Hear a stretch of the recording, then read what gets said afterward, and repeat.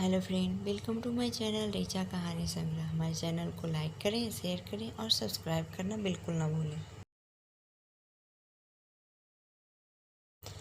आज की कहानी है सौतेला पिता के हवस की शिकार बनी 12 वर्ष की बेटी।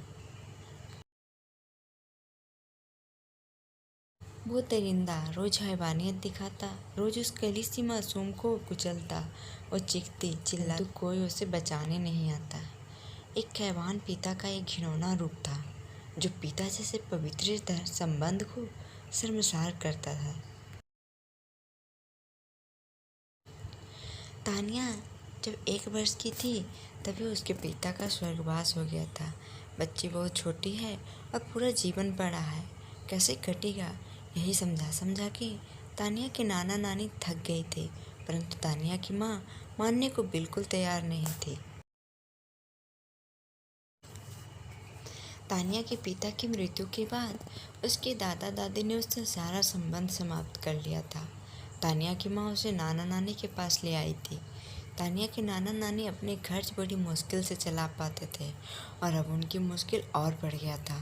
तानिया और उसकी माँ की पूरी जिंदगी पड़ी थी। ऐसे में तानिया के नाना नानी के पास छोड़कर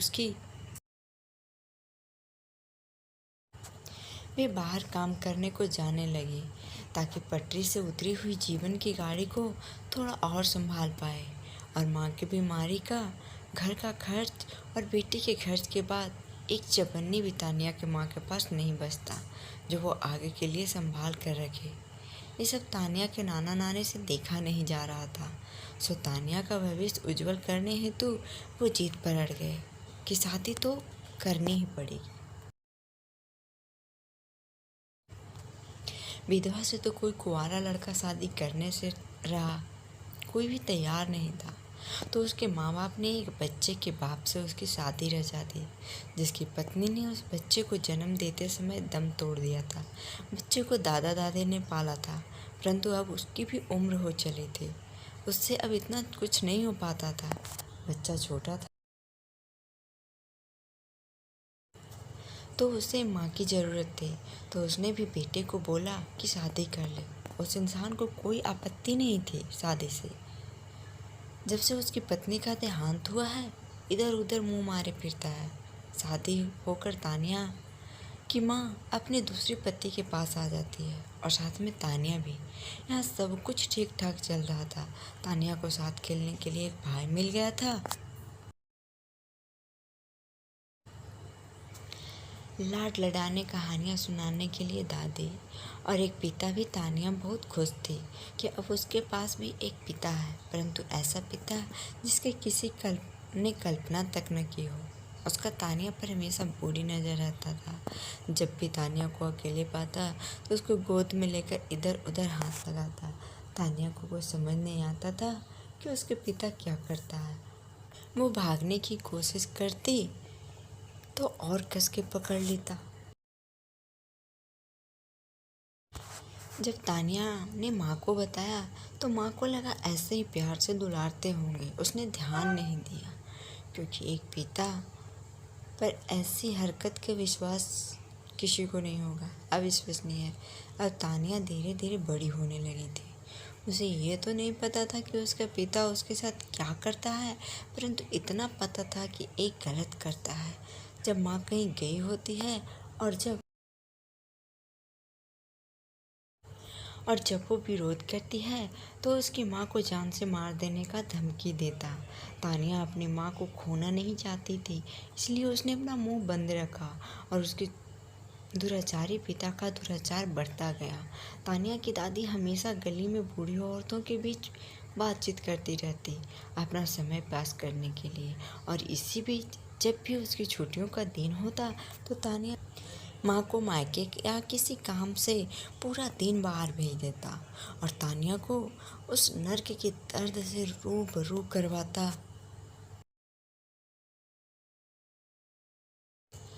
तानिया के दर्द को कोई समझने वाला न था। जब एक दिन तानिया की माँ ने उसे उठकर स्कूल जाने के लिए तैयार होने को कहा और तानिया की तबीयत अचानक बिगड़ गई, पिता तो ये बोलकर चला गया कि बहाना कर रही है स्कूल न जाने के लिए। फिर तानिया की माँ ने उसे डॉक्टर के पास ले जाने लगी। तभी उसकी सास ने कहा, बेटा बुरा ना मानो तो एक बात कहूँ, इसके नव टटोलने के बाद तो यही लगता है कि ये माँ बनने वाली है। क्या बकवास कर रही हो माँ, एक 12 वर्ष की बच्ची पर आरोप लगाते शर्म नहीं आई आपको?